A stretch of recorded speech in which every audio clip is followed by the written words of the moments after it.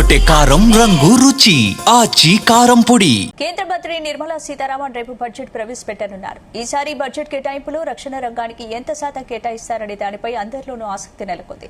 ప్రపంచంలో యుద్ధ మేఘాలు కమ్ముకోవడం, పలు ఉద్రిక్తతల నేపథ్యంలో పాటుగా ఆపరేషన్ సింధూర్ తర్వాత కేంద్రం ప్రవేశపెట్టనున్న మొదటి బడ్జెట్ కావడంతో ఈ రంగానికి భారీగా నిధులు కేటాయించే అవకాశం ఉందని నిపుణులు అంచనా వేస్తున్నారు. ద్రవ్యోల్బణం పెరుగుతున్న నిత్యావసర ధరల నేపథ్యంలో మధ్యతరగతి ప్రజలు, వేతన జీవులు ఆదాయపు పన్ను మినహాయింపులు, స్టాండర్డ్ డిడక్షన్ కోసం ఆశగా ఎదురుచూస్తున్నారు. ఇన్కమ్ ట్యాక్స్ ల్యాబుల్లో మార్పులు ఏమైనా ఉంటాయా అని చూస్తున్నారు. ఇక అటు చిరు వ్యాపారులు, ఇటు బడా కార్పొరేట్ సంస్థలు కూడా తమ రంగానికి ఊతమిచ్చేలా ప్రకటనలు ఉంటాయని భావిస్తున్నారు.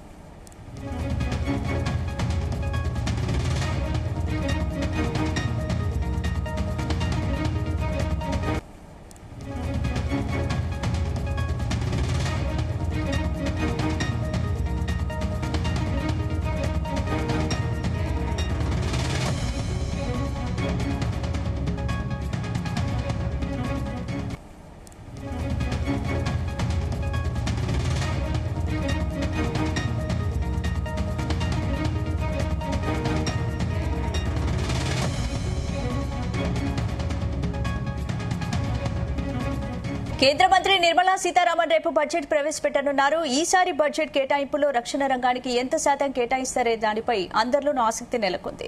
ఇక ఇదే అంశానికి సంబంధించి పూర్తి అప్డేట్స్ మా కరెస్పాండెంట్ రవి ప్రసాద్ అందిస్తారు. రవి. స్పందన, గుడ్ ఆఫ్టర్నూన్. ఓవరాల్ గా ఎన్నో రోజుల నుంచి వెయిట్ చేస్తున్న కేంద్ర బడ్జెట్ అయితే రేపు నిర్మలా సీతారామన్ ప్రవేశపెట్టనున్నారు. ముఖ్యంగా రేపు ఆదివారం February 1 అయినప్పటికీ సరే వాళ్ళు స్పెషల్ ట్రేడింగ్ సీజన్ ప్రకారంగా స్పెషల్ గా రేపైతే బడ్జెట్ అయితే ప్రవేశపెట్టనున్నారు. ఈ బడ్జెట్ యొక్క ప్రవేశపెట్టడంలో చాలా విశేషాలు ఉన్నాయి. యాక్చువల్ గా చెప్పుకోదగ్గ చరిత్ర చూసినా ప్రజెంట్ ఇప్పుడు ప్రవేశపెడుతున్న వరుసగా 9వ అయితే నిర్మలా సీతారామన్ బడ్జెట్ అయితే ప్రవేశపెట్టడం మనం అబ్జర్వ్ చేయొచ్చు. ఆ విధంగా కొత్తగా టెక్నాలజీ అప్డేట్ అయింది. బడ్జెట్ ఏ విధంగా ప్రవేశపెడతారు, తర్వాత ఇంతకుముందు ఎవరన్నా బడ్జెట్ ప్రవేశపెట్టారా, ఇలా చాలా రకమైన విశేషాలు రేపు బడ్జెట్ ప్రవేశపెట్టడంలో అయితే ముఖ్యంగా మనం చూడొచ్చు. ముఖ్యంగా కేంద్ర మంత్రి నిర్మలా సీతారామన్ అయితే రేపు 9వ అయితే బడ్జెట్ అయితే ప్రసంగించడం జరుగుతుంది. ఇది భారతదేశ పార్లమెంటరీ ఆర్థిక చరిత్రలో ఒక ముఖ్యమైన మైలురాయిగా చెప్పొచ్చు. గతంలో మాజీ ప్రధాని మొరార్జీ దేశాయ్ అత్యధిక బడ్జెట్లను అయితే ప్రవేశపెట్టడం జరిగింది. 10 సార్లు ప్రవేశపెట్టిన రికార్డ్ అయితే ఆల్రెడీ ఉంది. అయితే ఆయన వరుసగా కాకుండా వేరు ప్రధానుల హయాంలో ప్రవేశపెట్టడం అయితే ఒకటి గమనార్హం. ప్రస్తుత బడ్జెట్ 2026 ప్రవేశపెట్టిన నేపథ్యంలో ముఖ్యంగా చాలా విషయాలు అయితే మనం తెలుసుకోవచ్చు. ముఖ్యంగా మనం హల్వా సెలబ్రేషన్స్ గురించి అయితే ఒకసారి మాట్లాడితే, ఈ వేడుక అయితే ఒక ఆచారంగా వస్తుంది. హల్వా వేడుకలో బడ్జెట్ లాక్ ఇన్ పీరియడ్ అనేది ఉంటుంది. ఆల్రెడీ ప్రారంభం అవడం జరిగింది. అంటే బడ్జెట్ తయారీలో ప్రత్యక్షంగా పాల్గొనే అధికారులు, సిబ్బంది మొత్తం పార్లమెంటు వార్షిక పద్దు మొత్తం ప్రవేశపెట్టేంత వరకు కూడా నార్త్ బ్లాక్ లోనూ ఉంటారు. వారు బయటికి వెళ్ళడానికి కానీ వీలుండదు. వారు ఎల్లప్పుడూ సీసీటీవీ కెమెరాలో అయితే సర్వేలెన్స్ లో ఉంటారు. భద్రతా సిబ్బంది నిఘాలో ఉంటారు. కనీసం వారు ఫోన్ చేయడానికి కూడా వీలుండదు. నార్త్ బ్లాక్ లో 1980 నుంచి 2020 వరకు 40 సంవత్సరాలు బడ్జెట్ పత్రాలను అయితే ముద్రించడానికి సాంప్రదాయకంగా ఉపయోగించే ప్రింటింగ్ మిషన్ నే యూజ్ చేయడం జరుగుతుంది. తర్వాత ఆ విధంగా అంటే బడ్జెట్ యొక్క స్టార్టింగ్ నుంచి అది ఎండ్ అయ్యి మొత్తం అనౌన్స్మెంట్ చేసేదాకా అధికారులు మాత్రం అందులోనే ఉంటారు. హల్వా వేడుక కూడా జరగడం జరిగింది.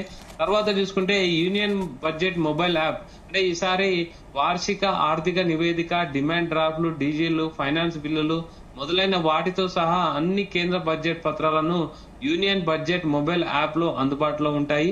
దీని ద్వారా పార్లమెంట్ సభ్యులు గాని, సాధారణ ప్రజలు గాని డిజిటల్ గా అందుబాటులో ఉండే రీతిలో బడ్జెట్ పత్రాలను అయితే యాక్సెస్ అయితే ఇవ్వడం జరిగింది. ఈసారి మనం చెప్పుకోవాల్సిన విషయం.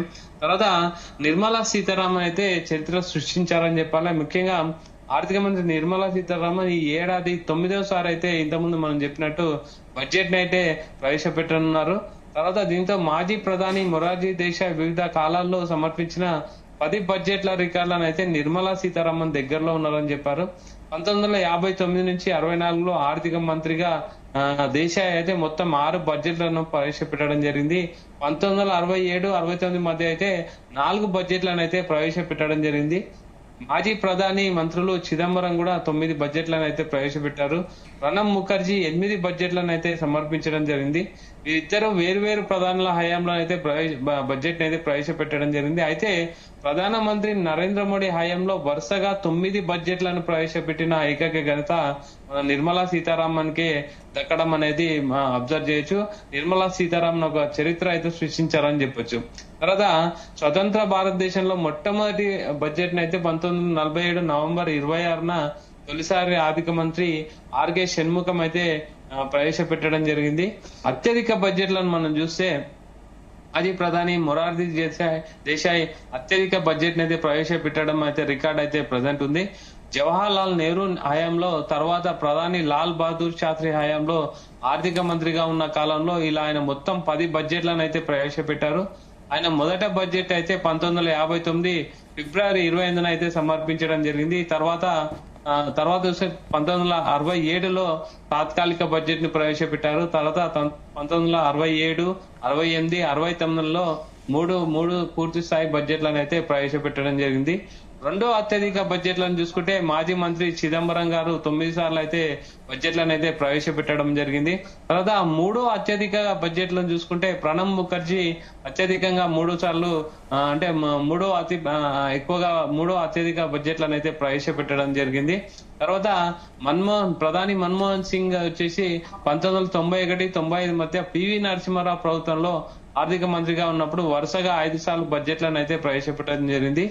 అతి పొడవైన ప్రసంగం చూసుకుంటే ఇందులో 2 గంటల 42 నిమిషాలు నిర్మలా సీతారామన్ 2020లో అంటే ప్రసంగం చేయడం జరిగింది.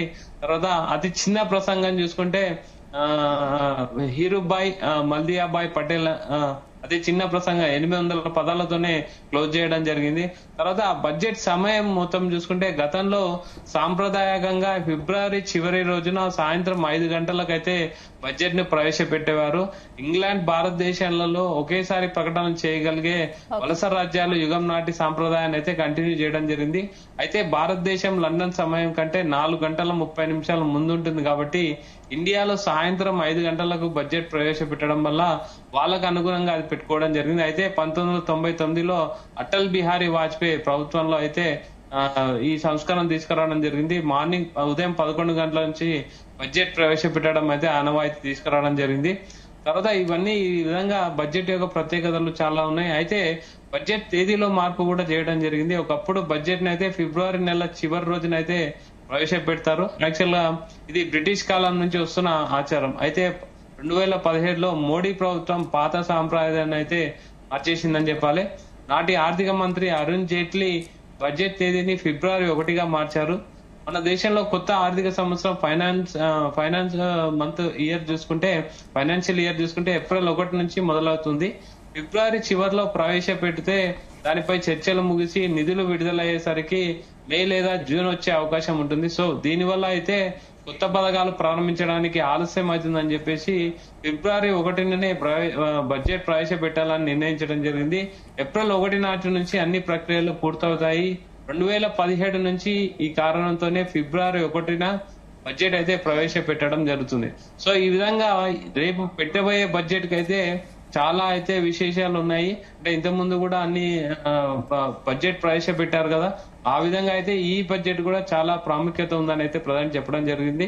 ఇంతకుముందు మీరు అన్నట్టు ఆపరేషన్ సింధూర్ తర్వాత బడ్జెట్ ప్రవేశపెడుతున్న దానికైతే ఒక మంచి అందరు ఆసక్తి, అంటే దేశం చూస్తున్న వేళ అటు కార్పొరేట్ బడ్జెట్ ఉంటుందా లేకపోతే కామన్ మ్యాన్ బడ్జెట్ ఉంటుందా అనేసి చాలా పబ్లిక్ గానీ పొలిటీషియన్స్ గానీ అటు కాంగ్రెస్ సంబంధించిన వాళ్ళు కానీ బీజేపీ సంబంధించిన వాళ్ళు ఆసక్తిగా వెయిట్ చేయడం అయితే జరుగుతుంది.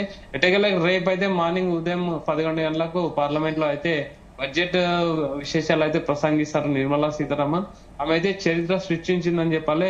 వరుసగా 9వ సారి అయితే బడ్జెట్ ని అయితే ప్రవేశపెట్టనున్నారు.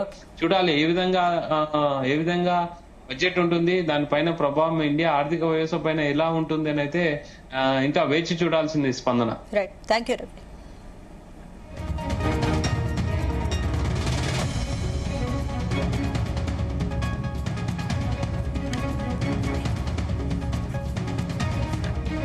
గుమగుమల వంటలే తెరకొట్టే కారం రంగు రుచి ఆచి కారం పొడి.